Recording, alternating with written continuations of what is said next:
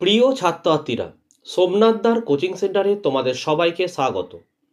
আজকের ভিডিওতে থাকছে একাদশ শ্রেণীর 2025 সেকেন্ড সেমিস্টার দর্শন নমুনা প্রশ্নপত্র, পূর্ণমান 40, সময় 2 ঘন্টা। অর্থাৎ পশ্চিমবঙ্গের প্রতিটি স্কুলে এই ধরনের প্রশ্নের প্যাটার্ন এবং এই ধরনের প্রশ্নই কিন্তু হবে। তো আশা করি তোমরা এই প্রশ্নপত্রটি একবার প্রথম থেকে শেষ অবধি দেখো, প্রশ্নগুলো প্রস্তুত করে যাও। তোমাদের স্কুলেও এই ধরনের প্রশ্নপত্র কিন্তু তোমরা কমন পাবে। তো দেখো, এর দাগের অতি সংক্ষিপ্ত প্রশ্নগুলির উত্তর দাও। 2 নম্বরের 3টি প্রশ্ন লিখতে হবে। ঠিক আছে, এক দিয়ে কী বলছে দেখো, গরিবেরা অনেক সময় লোভী হয়, বাক্যটিকে বচনে রূপান্তর করে বচনের অংশগুলি চিহ্নিত করো। অথবা প্রশ্ন দেখো, সাদা বাঘ আছে, বাক্যটিকে বচনে রূপান্তর করে কোন পদ ব্যাপ্য ও কোনটি অব্যাপ্য লেখো। 2 নম্বরের প্রশ্ন দেখো, অনুবিষমতা কাকে বলে।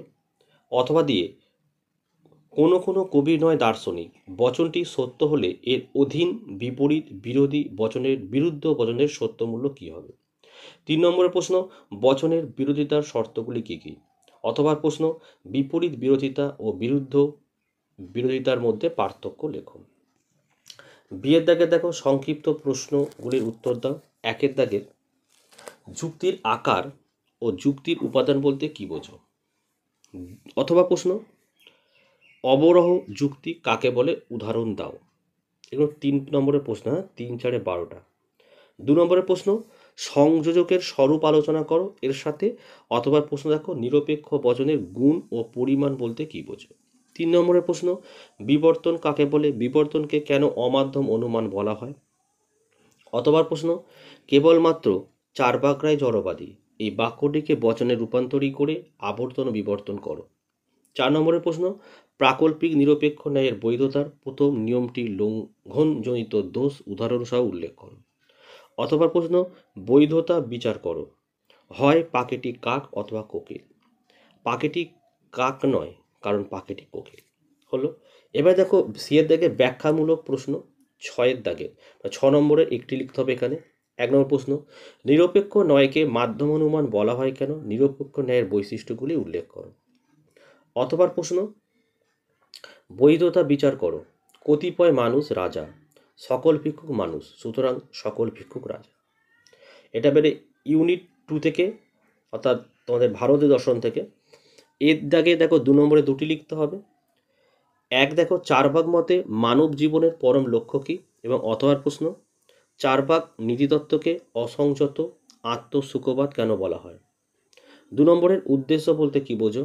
অথবা প্রশ্ন, উদ্দেশ্যমুখী নৈতিক মতবাদ কাকে বলে।